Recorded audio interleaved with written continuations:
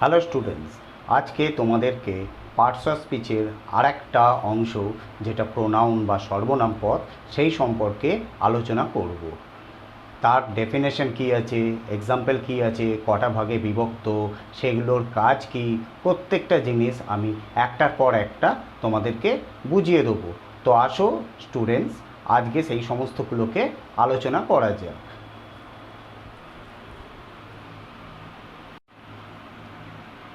তো প্রোনাউন কাকে বলে না? A pronoun is a word used for a noun or a clause. অর্থাৎ সর্বনাম পদ সেই সমস্ত ওয়ার্ডকে আমরা বলি যেটা নাউন বা ক্লজের হয়ে সেগুলোকে ব্যবহার করা হয়। যেরকম example, Tania is not here because she has gone to her aunt's house.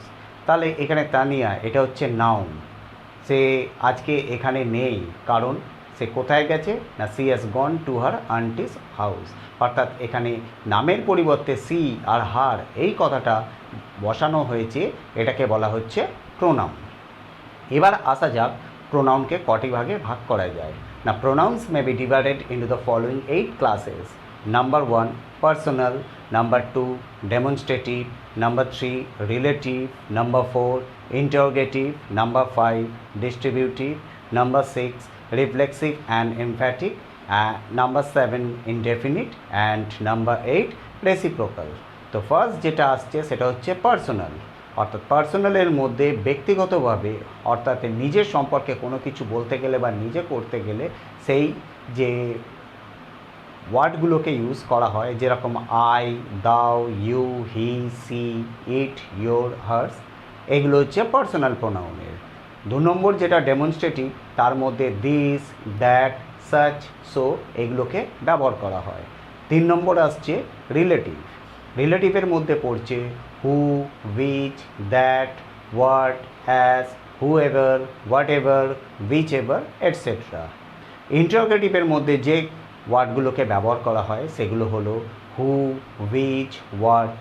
ডিস্ট্রিবিউটিভের মধ্যে যেগুলোকে ব্যবহার করা হয় সেটা হচ্ছে each, either, neither, etcetera. Reflexive and emphatic এর ভেতরে যেটাকে ব্যবহার করা হয় সেটা হচ্ছে myself, thyself, himself. Indefinite এর ক্ষেত্রে ইউজ করা হয় কি one, any, some, they. And last যেটা সেটা হচ্ছে রেসিপ্রোকাল, তার মধ্যে ইচ আদার, ওয়ান অ্যানাদার এইগুলো যুক্ত করা হয়। তাহলে এসো এবার পরপর প্রত্যেকটা ভাগ সম্পর্কে তোমাদেরকে বুঝিয়ে দিচ্ছি।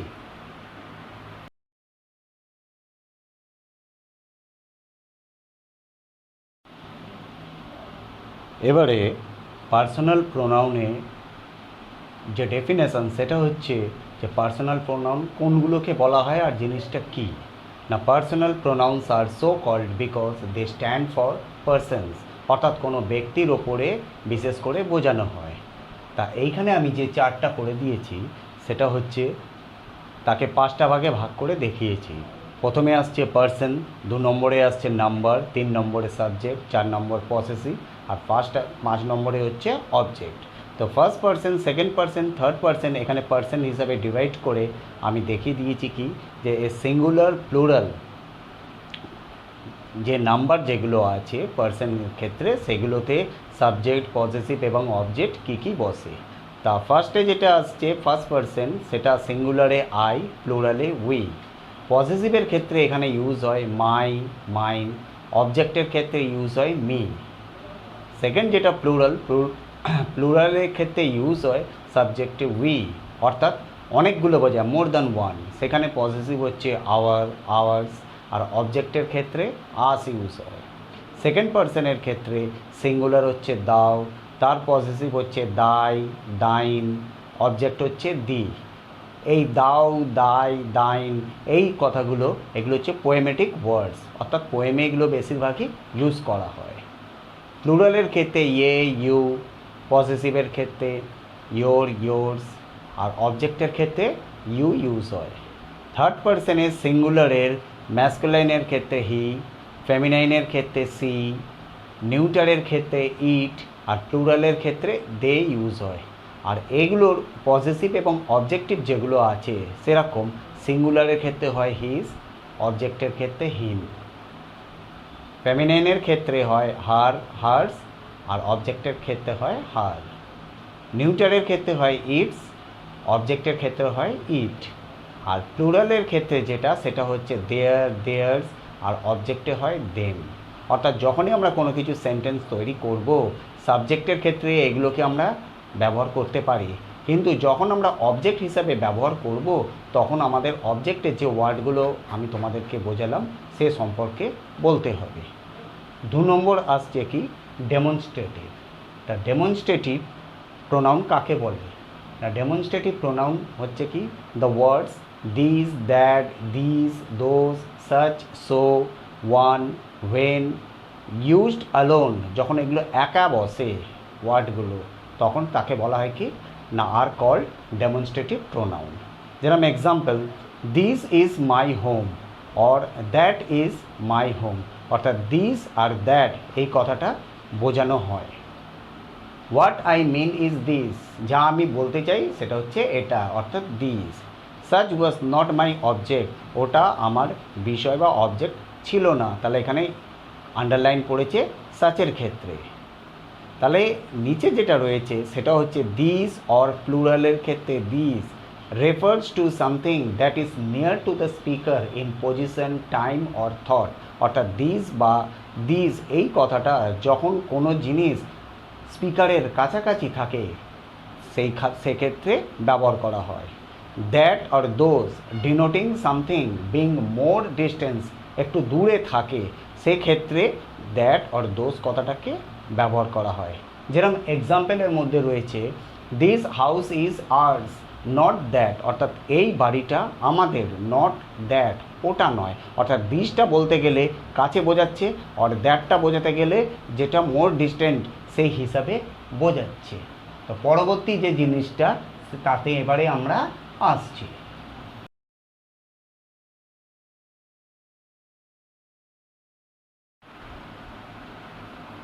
এবারে আসছে relative pronoun. A relative pronoun is a word that not only to refers to some noun or pronoun mentioned before but also joins two sentences or parts thereof, অর্থাৎ রিলেটিভ প্রোনাউন আমরা সেই ওয়ার্ডকে বলবো সেটা শুধু কি নাউন বা প্রোনাউনকে mention করে না, কিন্তু কি করে, but also joints two sentences, দুটো সেন্টেন্সকে সেটা জয়েন করে, অর্থাৎ লিঙ্কার হিসেবে কাজ করে। যেরকম example, he is a boy, he stood first in the examination, তাহলে কী হবে এখানে না he is the boy who stood first in the examination, তাহলে এইখানে হু তার নিচে underline. This is a house my father built it last year, অর্থাৎ এই হচ্ছে একটা বাড়ি যেটা আমার বাবা গত বছর তৈরি করেছিল, তাহলে এখানে কি হবে না this is the house which was built by my father last year, তাহলে এখানে who and which here refers to boy and house, তাহলে এখানে হু কাকে রেফার করছে, বয়কে, আর হুইচ কাকে রেফার করছে, হাউসকে। And they are use to connect the sentences, যারা এই সেন্টেন্সগুলোকে কানেক্ট করতে ব্যবহার হয়েছে। So who and which here are relative pronoun, তাই এখানে আমরা হু আর হুইচ এই দুটোকে রিলেটিভ প্রোনাউন বলবো।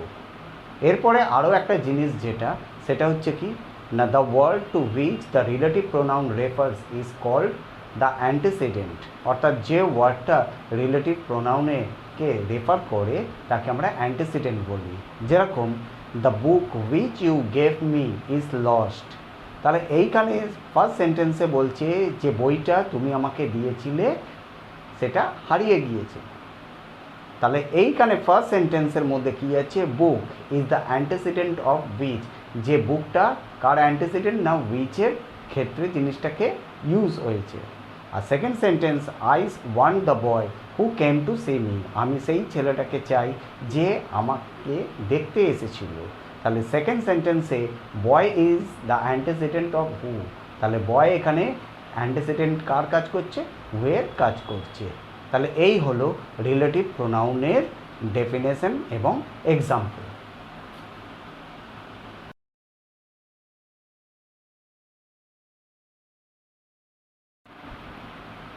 এবারে আসছে ইন্টারোগেটিভ প্রোনাউনের ব্যাপারে আলোচনা।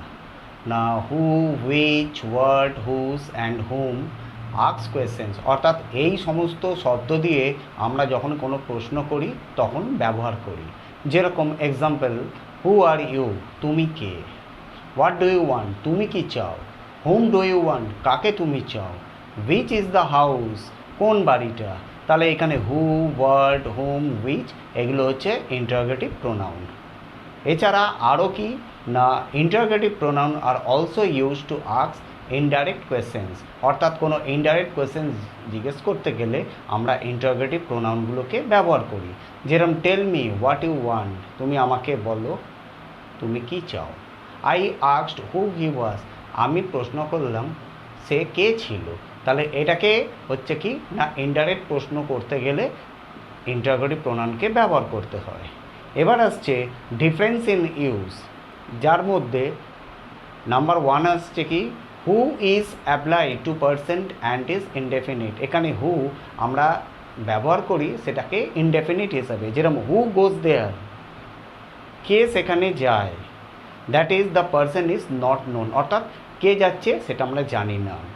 which is applied to both person and things and refers to one out of a group, অর্থাৎ whichটাকে আমরা এখানে ব্যবহার করি পারসন, থিংস এগুলোর ক্ষেত্রে।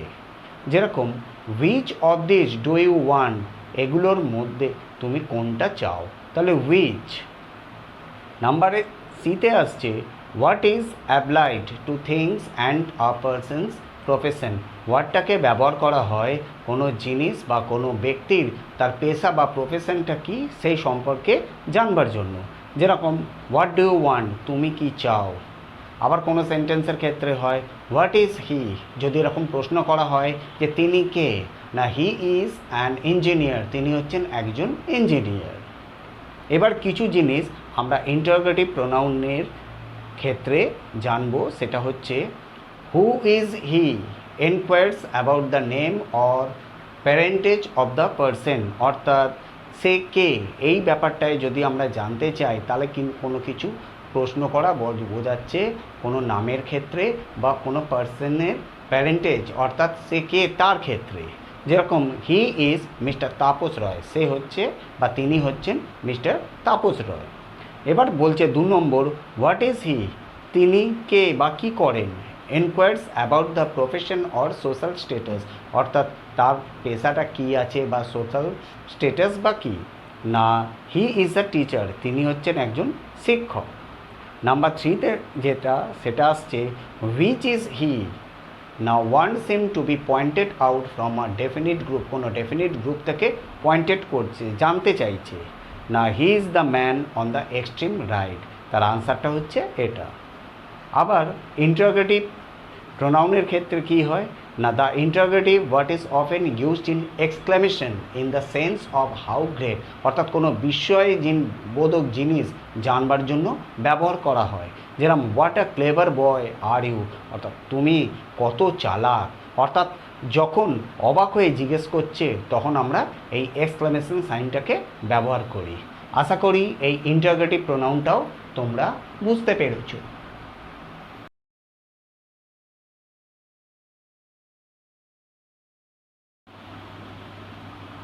এবার যে প্রোনাউনটা সম্পর্কে আলোচনা করছি সেটা হলো ডিস্ট্রিবিউটিভ প্রোনাউন।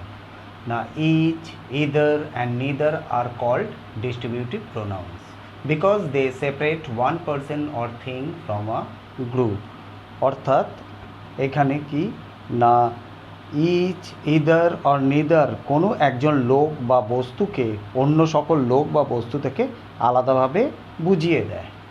যেরকম example, I gave a book to each of the boys, I gave a book, আমি একটা বই দিলাম কাকে, to each of the boys, যতগুলো ছেলে তাদের প্রত্যেককে। তাহলে এখানে ইচের নিচে underline. Either of them may go, তাদের মধ্যে প্রত্যেকেই যেতে পারে। Neither of them was present, তাদের মধ্যে কেউ উপস্থিত ছিল না। তাহলে এখানে ইচ, ইদার, নেদার এগুলোকে বলা হয় ডিস্ট্রিবিউটিভ প্রোনাউন। এবারে কি আসছে না যে সমস্ত জিনিসগুলো ডিস্ট্রিবিউটিভ প্রোনাউনের মধ্যে কিছু কিছু নোটস আছে যেগুলো সম্পর্কে আমাদেরকে আরও ভালোভাবে জানতে হবে, সেগুলো কি না, either means one or the other of the two. Either মানে হচ্ছে একটা বা দুটোর মধ্যে, কি না যে কোনো একটা বোঝাতে গেলে। Neither means none of the two, দুটোর মধ্যে কোনোটাই না। Each is used of any number 2 or 50।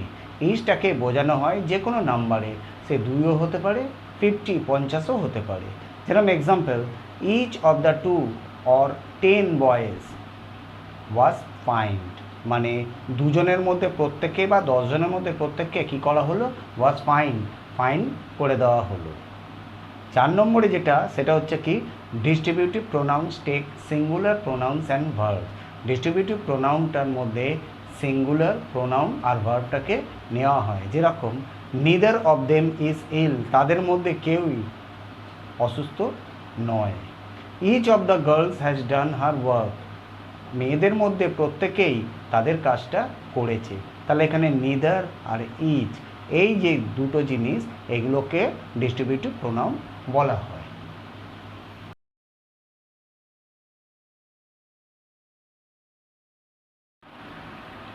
এবারে আসছে reflexive and emphatic pronoun. Reflexive and emphatic pronouns are formed by adding self to my, your, him, her, it, and selves to our, your, them, etc. এখানে reflexive আর emphatic pronounce যেটা, সেটাকে তৈরি করা হয় কীরকমভাবে, সেলফটা হচ্ছে কি সিঙ্গুলার, আর সেলফ সেটা হচ্ছে প্লুরাল। অর্থাৎ সেলফ দিয়ে যদি আমরা করি তাহলে এখানে হচ্ছে কি myself, yourself, himself, herself, itself. আর প্লুরালে যদি আমরা ব্যবহার করি তাহলে আমরা সেখানে সেলফস কথাটা অ্যাড করব, অর্থাৎ ourselves, yourselves, themselves, etcetera. তো they are reflexive when the doer in both the subject and the object of the action expressed by the verb। অর্থাৎ সাবজেক্ট আর অবজেক্ট একই জনকে যখন বোঝানো হয় তখন এই জিনিসটাকে করা হয়ে থাকে। যেরকম example, I hurt myself, আমি নিজেকে আঘাত করলাম, অর্থাৎ এখানে myself. He lost himself, সে নিজেই হারিয়ে গেল, অর্থাৎ হিমসেলফ। দে কার্সড দেমসেলফ, তারা তাদেরকে অভিশাপ দিল, কাদেরকে, দেমসেলফ, অর্থাৎ নিজেদেরকেই এখানে বোঝাচ্ছে। 2 নম্বরে যেটা, সেটা হচ্ছে কি না, they are emphatic when used with nouns or pronouns for the sake of emphasis। অর্থাৎ কোনো কিছু জোর দিয়ে বলার জন্য এই জিনিসটাকে ব্যবহার করা হয়। যেরকম I myself did the work, অর্থাৎ কাজটা কে করেছিল, না আই নিজেকে বলছে, অর্থাৎ মাইসেলফ। তাহলে এখানে মাইসেলফের নিচে underline. You yourself can do the job, তুমি নিজেই কাজটা করতে পারো। তাহলে কে কাজটা করতে পারবে না, ইউ, তার মানে ইয়োর সেলফ এখানে জোর দিয়ে বলা হচ্ছে। দে দেমসেলভস কনফেসড দেয়ার গিল্ট, তারা নিজেরাই, অর্থাৎ দেমসেলভস কনফেস দেয়ার গিল্ট, তাদের নিজেদের গিল্ট, অর্থাৎ যে জিনিসটা অপরাধ করেছে তার, সেটা কনফেস করলো। তাহলে এইগুলো হলো কি রিফ্লেক্সিভ অ্যান্ড এমফ্যাটিক প্রোনাউন।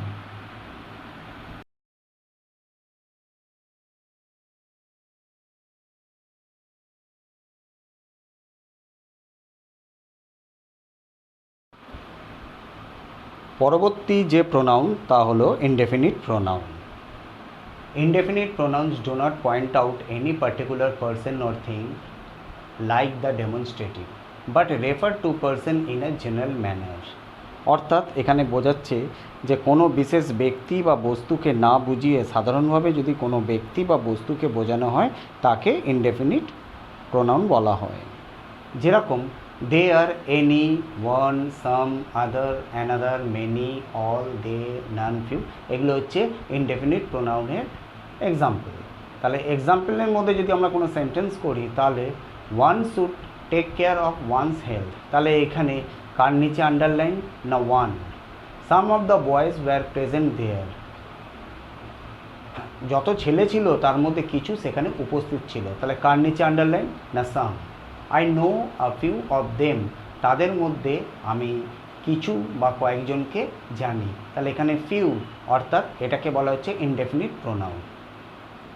এবারে এনি, সাম আর ওয়ান দিয়ে আমরা কি করতে পারি না, any as a pronoun is used only in the interrogative sentences. অর্থাৎ এই এনিটাকে আমরা প্রোনাউন হিসাবে কোথায় ব্যবহার করতে পারি না, ইন্টারোগেটিভ অর্থাৎ প্রশ্ন যখন করা হয় কোনো সেন্টেন্সে তার মধ্যে। It may be both singular and plural and may refer to both persons and things. এটা সিঙ্গুলার আর প্লুরাল দুটোতেই ইউজ হয় আর রেফার করে পার্সন বা থিংস যে কোনো জিনিসকে। যেরকম example, have you seen any man or men, অর্থাৎ তুমি কি কোনো লোককে বা কোনো লোকগুলোকে দেখেছো কি। তাহলে এখানে ম্যান অর মেন অর্থাৎ সিঙ্গুলার প্লুরাল দুটোকেই বোঝাচ্ছি। আনসারে কী হবে, no I have not seen any, আমি কাউকে দেখিনি। এবার যদি সাম দিয়ে করা হয়, some as a pronoun is plural and may be used for both person of things. Some মানে কিছু, এইটাকে আমরা প্লুরাল হিসাবে ইউজ করি এবং এটি দুটোর ক্ষেত্রেই যেরকম পার্সন থিংস দুজনের ক্ষেত্রেই ব্যবহার হয়। যেরকম example, he has many books, some are new some old. তাহলে তার কাছে অনেক বই আছে, তার মধ্যে কিছু নতুন কিছু পুরনো। তাহলে সামের নিচে আন্ডারলাইন। এবার আসছে one. As an indefinite personal pronoun, one is always followed by one, one's and one and not by he, his and him. অর্থাৎ যদি আমরা কোনো সেন্টেন্স করি সেখানে ওয়ানের কে দিয়ে যদি আমরা কোনো সেন্টেন্স করি তাহলে সেটা তাকে ফলো করবে ওয়ান্স বা ওয়ান দিয়ে, কখনোই সেটা হি, হিজ বা হিম দিয়ে তাকে কখনো ফলো করবে না। যেরকম example, one must do one's duty. তাহলে এইখানে ওয়ান কথাটা দিয়ে শুরু হয়েছে, সেটা কাকে ইন্ডিকেট করছে, ওয়ান্স ডিউটি, তার নিচে underline. One does not know when one will die. তাহলে ওয়ান ডাজ নট নো, একজন অর্থাৎ সে নিজেকে বলছে যে জানে না ওয়েন ওয়ান উইল ডাই, কখন মরবে বা মারা যাবে। তাহলে ওয়ানের সঙ্গে আবার ওয়ান অর্থাৎ একটা ওয়ান আর একটা ওয়ানকে ফলো করছে। তাহলে এটা হলো ইনডেফিনিট প্রোনাউন। এবারে লাস্ট 8 নম্বর প্রোনাউন যেটা আসছে সেটা হচ্ছে রেসিপ্রোকাল প্রোনাউন। রেসিপ্রোকাল প্রোনাউন মানে হচ্ছে পারস্পরিক সর্বনাম, অর্থাৎ একটার সঙ্গে আরেকটার যে সর্বনামের রিলেশন থাকে। যেরকম এখানে each other and one another are called reciprocal pronoun. তো each other is generally used when two are referred to. Each আদারটাকে কখন আমরা ইউজ করি না, দুয়ের মধ্যে যখন পরস্পরকে বোঝানো হয় তখন আমরা ইচ আদারটাকে ব্যবহার করি।